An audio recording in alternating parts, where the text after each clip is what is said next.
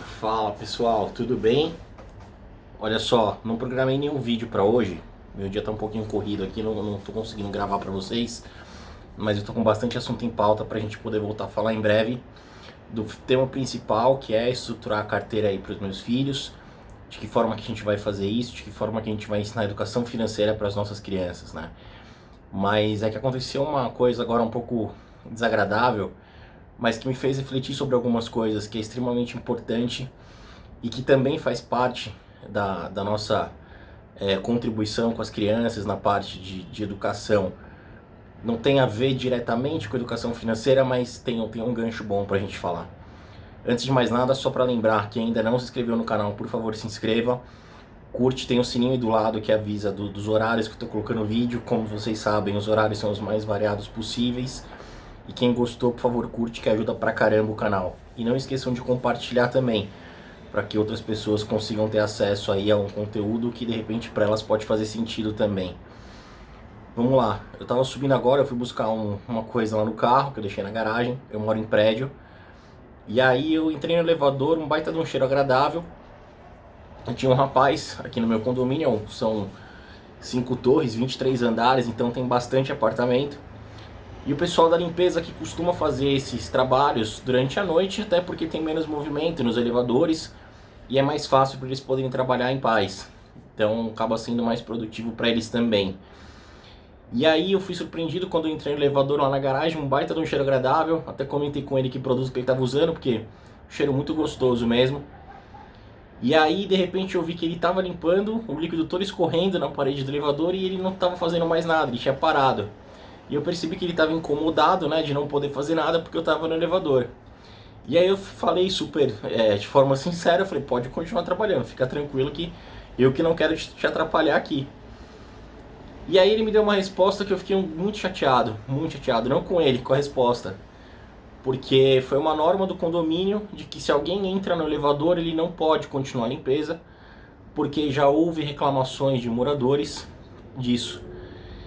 E aí eu fiquei pensando, eu falei, caramba, que hipócrita que pensa dessa forma, né? Porque, pô, o rapaz está trabalhando a essa hora, muitas vezes, talvez seja o segundo trabalho dele, talvez ele já tenha trabalhado durante o dia.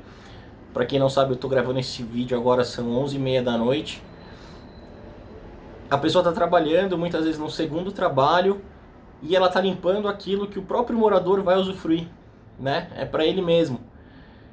Então eu fico pensando algumas coisas, né? Se essa pessoa é uma empreendedora, se ela tem funcionários, se ela tem equipe, né? Se ela trabalha e tem uma equipe que trabalha com ela, independente da empresa ser dela ou não, como é que ela trata isso?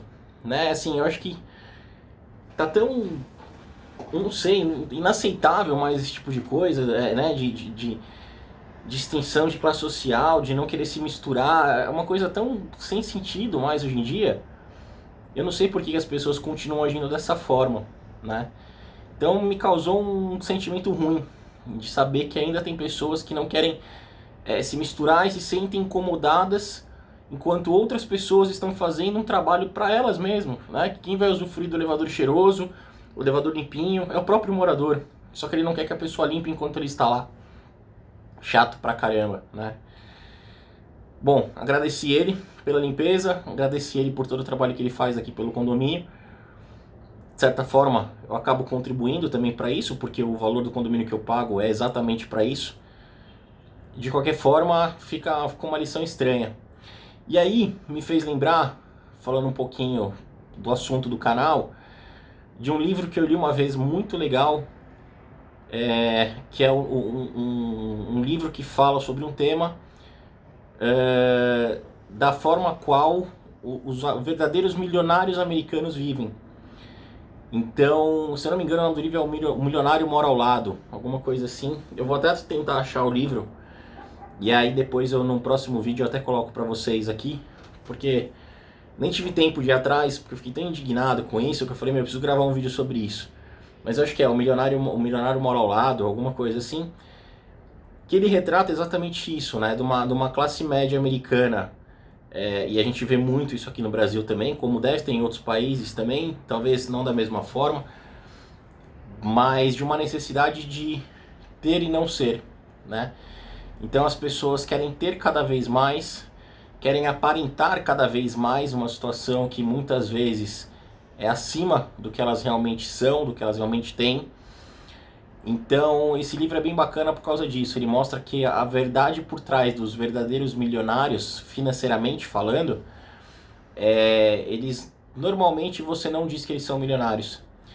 E a gente vê muito isso no Brasil também. Claro que assim, tem coisas exageradas, né? Então você costuma ver no Facebook algumas postagens do Warren Buffett, Jeff Bezos, alguns caras aí que são os líderes hoje economicamente falando de finanças pessoais, de patrimônio acumulado, que se vestem ali bem tranquilos, como era Steve Jobs, etc. Mas algumas pessoas ainda criticam, falam, mas com certeza se ele ainda estivesse na curva de construção do patrimônio, ele não agiria assim numa reunião. Concordo, né? Algumas coisas fazem sentido. Eu acho que não precisa ser nem 8 nem 80. Mas aquele velho dilema, financeiramente falando, que a gente tem que se educar a viver sempre num nível abaixo do que a gente pode, faz todo sentido para a gente poder crescer.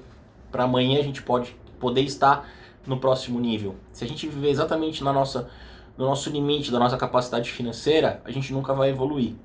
E a gente tem que ensinar isso para os nossos filhos também. Então, a gente sempre tem que tentar adequar a nossa realidade sempre no nível abaixo do que realmente a gente pode. Porque esse gap, essa diferença é o que vai fazer a gente crescer, é o que vai a gente conseguir partir para o próximo nível. Né? A gente não pode ser hipócrita de falar que a gente não quer mais, a gente pode querer mais, não tem problema nenhum nisso. A gente só não pode se mostrar algo a mais do que a gente é sem realmente ser. Porque isso prejudica nós mesmos, prejudica todo mundo que está à nossa volta, a nossa família, nossos amigos, etc. Então não é por aí. Então fica a recomendação desse livro. Posso estar falando besteira, se eu tiver, eu juro que eu comento aqui embaixo, ou edito depois o nome do livro aqui embaixo da descrição. Mas se eu não me engano é O Milionário Mora ao Lado. É um livro bem legal, ele já tem uns anos, faz um bom tempinho já que eu li, mais de 5, 6 anos que eu li esse livro. Ele deve ser até de um pouco antes. Mas é bem interessante porque ele mostra isso, qual que é a realidade do milionário americano, né? É específico dos Estados Unidos, mas é em português o livro, mas ele é bem interessante por esse aspecto, que mostra que realmente os verdadeiros milionários, eles não esbanjam da forma como tem que esbanjar. E aí quem conhece um pouco do Warren Buffett, vocês sabem que ele tem muito essa questão, ele tem uma estratégia de investimento de buy and hold, que quem não conhece ainda, de adquirir cada vez mais empresas. Eu mesmo já coloquei alguns posts sobre ele, brincando que o CEO da Coca-Cola ganha menos do que ele como sócio da Coca-Cola, então embora os dois tenham uma remuneração bem atraente aí mensal e anual, mas ele vive numa realidade bem tranquila para os padrões que ele realmente poderia ter, né? Então, claro que é legal ter, é legal possuir, mas a gente sempre tem que ter um equilíbrio. E principalmente quando a gente tem filho, a gente tem que passar isso para os nossos filhos. Porque senão a gente acaba criando uma criança numa bolha que não é legal, né? Então, quando a gente fala de educação, isso é um ponto que me preocupa bastante. Eu tenho filhos em idade escolar e eu me preocupo, porque hoje eles estão ainda na educação infantil, né? E eles vão... a minha filha mais velha, ela vai, não no ano que vem, mas no próximo ano, já para o ensino fundamental. E eu tenho repensado muito sobre isso, essa questão de escola, até conversei com algumas pessoas que estão vivenciando esse momento também, que claro que a gente quer sempre colocar no melhor, principalmente quando a gente fala de educação e para filhos, e a gente tem que sempre fazer o melhor dentro do que a gente pode, tá? Sempre dentro do que a gente pode. E aí preocupa, porque assim, quando você pensa em algumas melhores escolas, não necessariamente, mas muitas vezes a gente sabe que a gente tem um problema escolar grande, né? Infelizmente aqui, diferente dos Estados Unidos ou da Europa, a educação gratuita, né? A educação do Estado, da prefeitura, enfim, ela acaba não trazendo as mesmas oportunidades. Tem exceções, tá? Antes que me critiquem, tem gente que chega lá e tem muito mérito, mas a gente sabe que os acessos, as possibilidades numa escola privada acaba sendo bem diferente aqui no Brasil quando a gente compara com a escola pública, que é diferente do que acontece em outros lugares. E aí a gente sabe que muitas vezes isso está atrelado a uma questão de valor. E aí também, quando a gente fala de valor, teoricamente quem vai para as melhores escolas são pessoas que têm condições financeiras melhores E aí vale pensar um pouco, mas será que meu filho precisa estar naquela escola que, embora eu possa colocá-lo, se porventura eu puder colocá-lo, é o melhor lugar para ele? A gente é fruto do nosso meio. Se os outros pais não pensarem como eu, se as outras famílias não pensarem como eu, ele vai estar convivendo com crianças de repente que vão falar: ah, hoje no feriado eu fui para Disney, né? Eu fui viajar para o Chile, fui esquiar no Chile. Isso no feriado, viajando 4, 5 vezes por ano.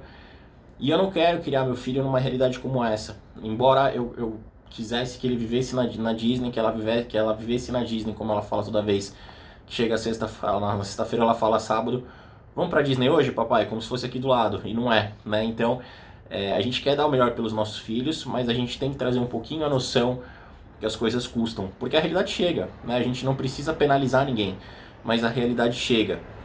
Então, essa questão de educação é muito complicada, porque a gente tem que pensar no meio que nosso filho vai viver. Como eu falei, eu acho que é uma questão de equilíbrio. Não precisa ser nem o 8 nem o 80, mas tem que ser uma questão de equilíbrio. Então esse é um desafio que eu tenho e a gente vai discutindo sobre isso nos próximos vídeos também, que com certeza é um tema que vai me acompanhar aí, principalmente no próximo ano, que é um ano de decisão em relação ao rumo escolar que minha filha vai sair do ensino infantil para o ensino fundamental. E a gente vai discutir sobre isso. Mas hoje era mais um vídeo rápido, aí um desabafo surgiu através de um acontecido, infelizmente aconteceu no elevador, mas eu acho que o resultado foi bom, porque me fez repensar novamente algumas coisas, me senti feliz por agradecer a pessoa que estava ali limpando essa hora trabalhando, para poder de repente dar uma educação legal para os filhos dessa pessoa também. Eu nem sei se ela tem filho ou não tive tempo de perguntar, mas provavelmente tem, e ele estava ali batalhando às vezes para poder levar uma educação legal para os filhos dele também. Então a gente tem que sempre tentar mostrar que a gente é um igual ao outro, a gente não é mais do que ninguém, e nem tem que ser assim. E principalmente quando a gente tem criança, nós somos os principais exemplos das nossas crianças. Eu já vivenciei, minha filha mais velha fez 5 anos agora, meu filho mais novo fez 1 ano, e eu já tive experiência, passei por situações de experiências que a gente viu exatamente isso, né? Eu percebi que algumas ações que eu estava tomando, olhando para o lado, minha filha estava fazendo exatamente o mesmo. Isso com 2, 3 anos de idade. Então nós somos os verdadeiros exemplos deles e temos que fazer isso com tudo na vida, né? Seja numa questão como tratar os outros, questões financeiras, tudo a gente tem que ser exemplo para os nossos filhos. E cada vez que a gente vai tomar uma atitude, vai falar de alguma forma, vai fazer qualquer tipo de ação, a gente sempre tem que pensar que os nossos filhos estão ali para copiar-nos. Então eles vão nos copiar, não adianta falar que não, porque vão. Então vamos ser o melhor exemplo que a gente possa para os nossos filhos. Obrigado, gente. Até o próximo vídeo.